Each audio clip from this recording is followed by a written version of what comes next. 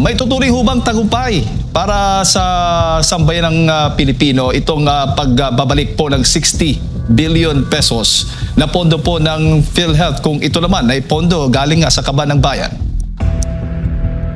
Well, ang tingin ko kalahati ng victory.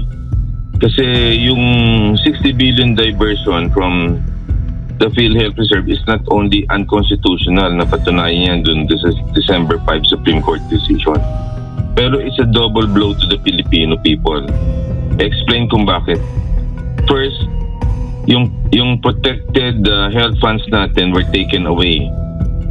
Then, nung sinabi ng Korte Suprema, in-strike down yung transfer kasi earmark yun para doon. The government restored the money not by undoing the original disbursement. Dapat sinoli from the Treasury to PhilHealth kasi under the executive branch yan.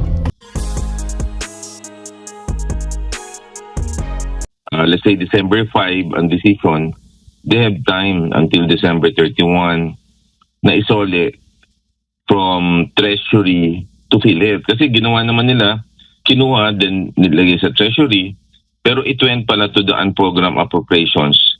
And presumably, pumunta sa flood control yon. Pero ang ginawa nila, chinarge nila yung replacement to the 2026 General Appropriations Act. In other words, taxpayers are asked to pay twice. Once when the funds were siphoned out, and again when the Treasury refills the hole.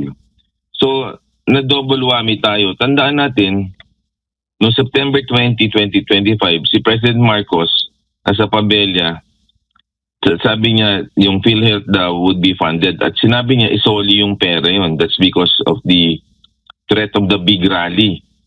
Inintay pa nila yung Supreme Court decision, 3 buwan.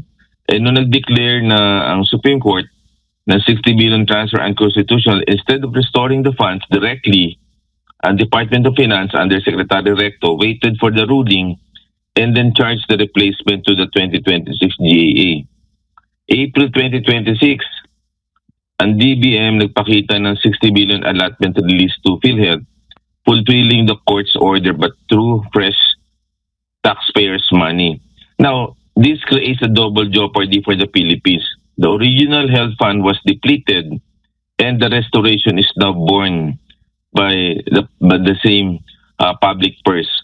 Ang problema niyan ganito, tuwan-tuwa sila na isinoli. In the first place, kinuha naman nila yun illegally despite galit na galit tayo. Tapos ngayon, nung sinoli, nagbibida sila na nasoli yung pera. Kumbaga, ninakaw nila, kinuha nila yung pera, nung sinusoli, tuwan-tuwa sila. But in the first place, ba't nila kinuha? Tapos nung nalaman sila na parang sinampal sila ng Korte Suprema, natutuwa silang i-report na sinoli yung pera. In the first place, hindi naman dapat nilang ginalaw yun. Kasi while the restoration of the 2026 budget, the damage was already done.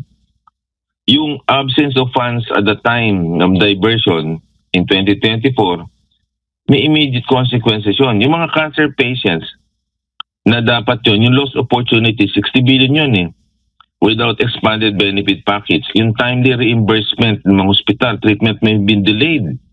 Yung mga out-of-pocket forcing families into big debt sa pagkakautang. Yung struggling hospital na naghihingalo na nagdedepende lang dun sa cash flow. Disruption and unpaid claims, delayed salaries, reduced services. Some hospitals face closures or cutbacks. For the health system, diversion yan na earmark funds showing how quickly reserves meant for universal healthcare can be treated as disposable cash. Kaya itong restoration na to is not reversal. The injustice has already been inflicted, lost opportunities, nakuha nila 60 billion, tayo pa rin nagbayad. So in reality, baka dapat ang utang nila 180 billion kasi in-arch sa 2026 budget yung lost opportunities na dapat mabayaran. So yung lost opportunities, ang dami niyan. At sa isang taon na hindi ka nakapagbayad niyan, ang daming life-saving programs, cancer, dialysis, and heart disease. Primary care, accelerated reimbursement sa hospital. Yung diversion na yan, delayed treatments, unpaid hospitals, ang dami. So ang dapat gawin ng gobyerno, i-restore yung PhilHealth in full. Isoli nila with interest yung 60 billion plus 60 billion para naman makorek. I-audit kung saan napunta yung every peso of the original 60 billion. Saan man napunta? Ghost projects, fraud, or unlawful spending. Enforce accountability. Ito si Recto si Ledesma, may hinaharap na plunder charges. 2 sa ombudsman. The act was not only illegal, wrong. Morally bankrupt din yun. Kasi imagine mo, nakawan mo ang PhilHealth na nagsisilbi para makompleto ang universal healthcare na pinirmahan ni President Duterte at binviolate mo rin ang syntax law, earmark provisions na ginawa ni President Aquino. So dapat ipoprotect natin ang PhilHealth funds from here on. At mabuti na lang si Senator Loren Legarda gumawa ng isang resolution, the PhilHealth Automatic Funding Act, na hindi na pwedeng nakawin ng politiko yan at every 3 months may audit sila, papatawag sa Senado or Congress upang malaman kung binibigay ng BIR, nire-remit ang pera sa PhilHealth para hindi tayo naiisahan na. So, mga kababayan ko nakikinig kayo, the PhilHealth diversion is a farce. It shows how quickly protected funds can be treated as disposable cash and how easily taxpayers' money can be made to pay twice for the same abuse.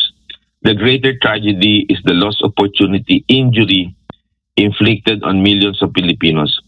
Patients who could have been healed, hospitals that could have been sustained, and communities that could have been strengthened when government betrays health fund. It betrays the people's trust, their dignity, their right to care. And the Supreme Court was right to reject the transfer. Now, accountability must follow. Otherwise, that double whammy, the lost opportunities will remain a wound without justice. Yan po yung point ko po na gustong sabihin po sa inyong lahat. Opo. Doc, paano ho ba, speaking of accountability, paano mapapanagot yung mga dawit nabanggit po ninyo, itong si Executive Secretary Ralph Recto? At possible ho ba mananagot din ng Pangulo? Well, unang-una, meron na nakalagay na plunder charges sa ombudsman. So, kay Emmanuel Ledesma at kay Recto. Ngayon, mahirap sa ngayon na sabihin natin mapapanagot ang Pangulo. Pero klaro naman doon sa pagkakasabi ni Emmanuel Ledesma during a Senate hearing na napag-utusan lang daw siya. Napag-utusan lang daw siya. Siguro kung sa susunod na administration at may fair analysis sa Blue Ribbon Committee, madadawit ang Pangulo niyan kasi hindi naman gagalaw si Secretary Recto because klaro dun sa pronouncement Emmanuel Ledesma, I was only forced during a cabinet meeting to transfer. So yung accountability, I think eventually with time. Pero sa ngayon, ang sumulat talaga ay si Secretary Recto to Ledesma to transfer the money. So sila yung may double plunder charges regarding this. Opo. Pero habang ipinagdiriwa nga ng administrasyon itong restoration ng pondo, marami pa rin po yung mga kababayan natin lubog pa rin sa utang dahil sa mga hospital bills. Kailan kayo mararamdaman itong ibinalik na pondong ito sa ating mga kababayan? Mararamdaman yan kung i-address yung top 10 killer diseases of the country. Heart attack, stroke, cancer, pneumonia, at saka yung diabetes. Kasi yung mga sakit na yan account for 70% of the killers of the country. So therefore, dapat ang concentration dapat ng bansa para dito sa top 10 killer diseases of the country para mabawasan yung out-of-pocket expenses. Pataasin yung case rate, ibig sabihin yung kinakaltas pag ikaw ay ma-hospital at hindi na yung maliliit na bagay. Dapat para madali, dun dapat sila magpunta dyan sa ganitong klaseng ah, pagbabayad. Kasi pag hindi natin yan pinaglaban, kawawa naman ng taong bayan. Nakakaawa po pag nalugi naman tayo para tayong ginigisa sa ating sariling mantika. So dapat pagdusahan nila naman kahit papano yung ginawa nilang pag-abuso sa pondo natin. Opo. Pero sa kasalukuyan ho ba, Doc, may kailangan ho bang dagdag o dapat bang dagdagan o sapat na ho ba itong mga serbisyong binibigay po ng PhilHealth sa ating mga kababayan? Kulang na kulang. Kulang na kulang yung binibigay na serbisyo sa atin ng PhilHealth. Ang dami naghihikaos eh. Hindi ka na nga kailangan na lumingon pa kasi kitang-kita mo kung saan ang pagkukulang. Ibig ko sabihin, luminga-linga ka naman para makita yung problema natin. Ang dami naghihirap, yan lang sa PGH, sa Jose Reyes, yan lang sa Santa Ana. Ang daming mahirap eh. At kung hindi natin nare-realize yan, kawawa naman ang bansa natin. I think we need to understand na kawawang-kawawa ang ating bansa dito sa nangyayaring ito. Dapat mapanagot talaga sila. Pero sa ngayon, dahil ang kanilang issue ay itong tinatawag na impeachment program, nalilihis yung usapan eh. Di ba? So, ganyan talaga eh. Kaya lang talagang kailangan natin pag-ingayin kasi lugi naman tayo eh, di ba? So, yun ang gusto kong sabihin. Kailangan we should keep on the pressure na maisoli sa atin itong perang ito because this is ours. Itong perang to ay atin ito. Opo. Pero nakikita ho ba ninyo na solusyon yung kung palitan yung lahat po ng mga namumuno sa PhilHealth o itong mga namumuno dapat magbitiw na sa pwesto para bumalik po yung tiwala ng publiko sa PhilHealth? Well, isa yan sa dapat gawin. Na sabagay, hindi naman yung PhilHealth President ngayon ang responsable para dito. Ang responsable diyan ay si Emmanuel Ledesma. In fairness to the new PhilHealth CEO and President Edwin Mercado, I think is doing a fine job. Ang problema nauutusan lang siya.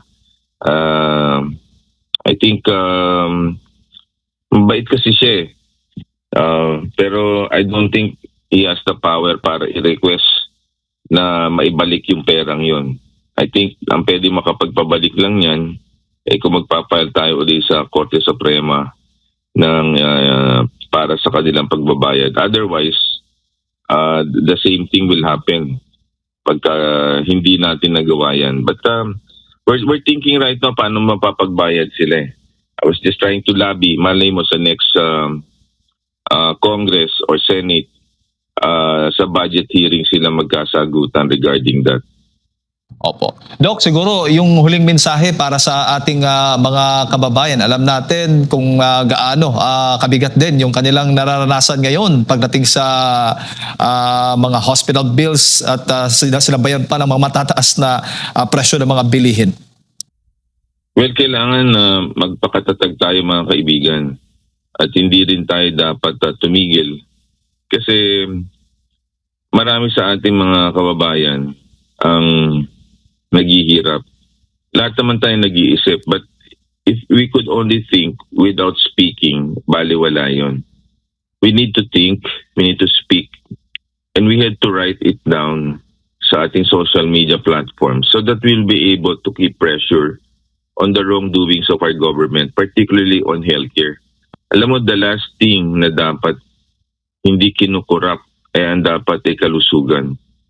Kaya nakakadugo ng puso seeing hundreds or millions of Filipinos suffering from healthcare cost at isang sakit, mahirap na sila. Kasi dapat hindi mo siya itatouch.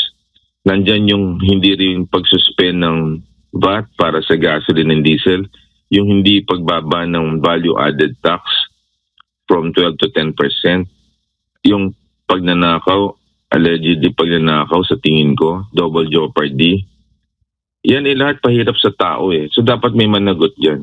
Unang dapat managot dyan si Secretary Recto na hindi pa konpirma ngayon at sana pagsalang sa Commission on Appointment ay hindi na ma-reappoint.